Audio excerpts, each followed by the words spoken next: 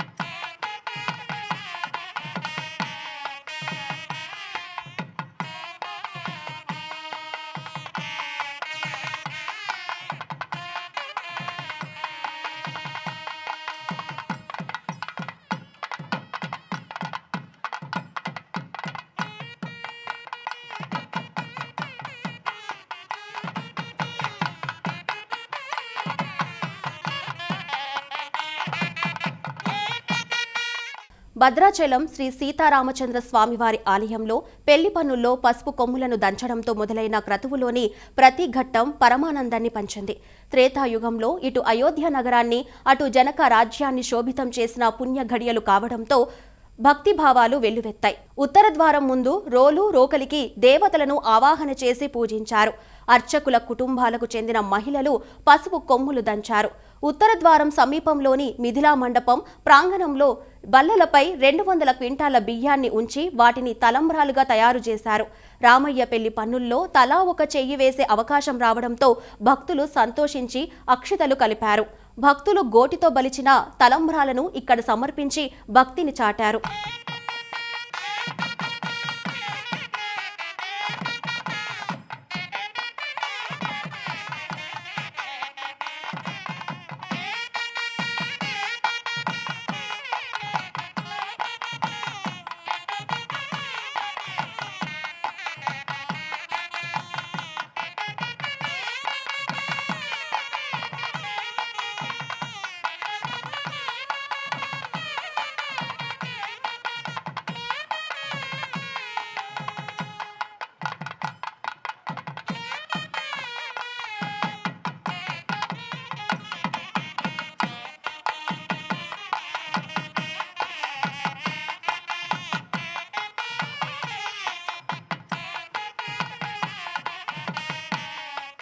శ్రీ సత్యసాయి జిల్లా కదిరిలోని శ్రీ లక్ష్మీ నరసింహస్వామి బ్రహ్మోత్సవాలు వైభవంగా జరుగుతున్నాయి. ఉత్సవాల్లో భాగంగా విశేష పూజల అనంతరం స్వామివారిని సర్వాభరణాలతో సుందరంగా అలంకరించారు. హనుమంత వాహనంపై కొలువుదీర్చి నిర్వహించిన గ్రామోత్సవం నేత్రపర్వమయ్యింది. వేలాది మంది భక్తులు స్వామివారిని దర్శించుకున్నారు.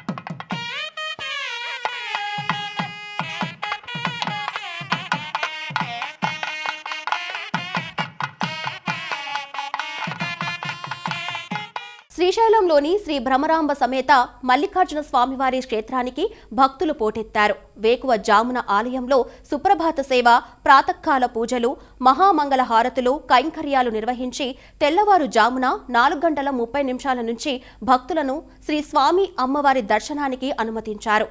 రద్దీ నేపథ్యంలో స్వామివార్ల దర్శనానికి గంట పట్టింది.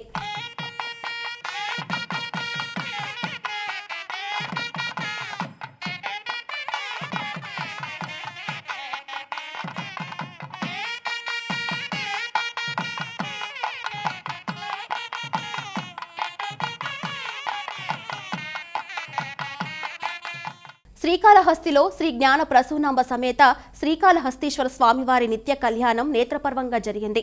తొలుత ఉత్సవమూర్తులను పలు రకాల పుష్పాలతో శోభాయమానంగా అలంకరించి ప్రత్యేక వేదికపై కొలువు తీర్చారు. కలశ ప్రతిష్టాపన అనంతరం గణపతి పూజ, నవగ్రహ పూజ, కంకణ ధారణ పూజ నిర్వహించారు. అనంతరం స్వామివార్లకు కర్పూర హారతులు సమర్పించారు. వేద మంత్రోచ్చరణలు, మంగళ వాయిద్యాల నడుమ స్వామి అమ్మవార్ల పరిణయోత్సవాన్ని కన్నుల పండుగగా నిర్వహించారు.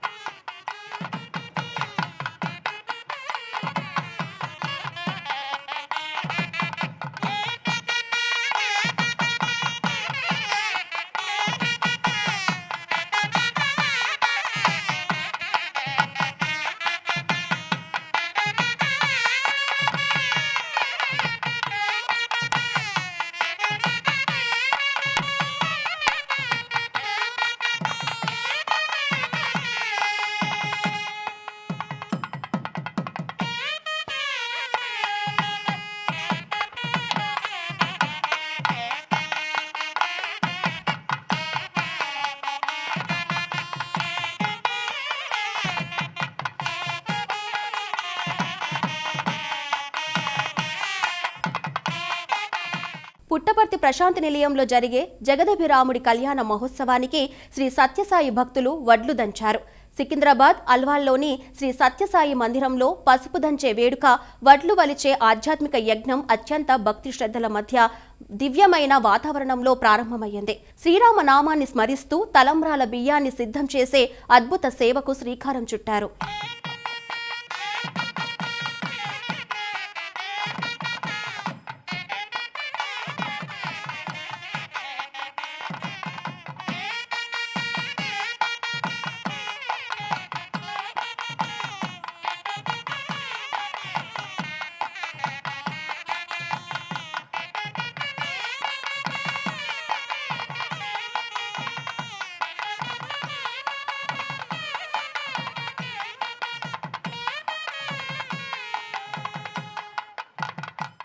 బాపట్ల జిల్లా చీరాల శ్రీ వేదవల్లి కనకవల్లి తాయారు సహిత శ్రీ వీరరాఘవ పరబ్రహ్మ స్వామివారి బ్రహ్మోత్సవాలు ఘనంగా జరుగుతున్నాయి.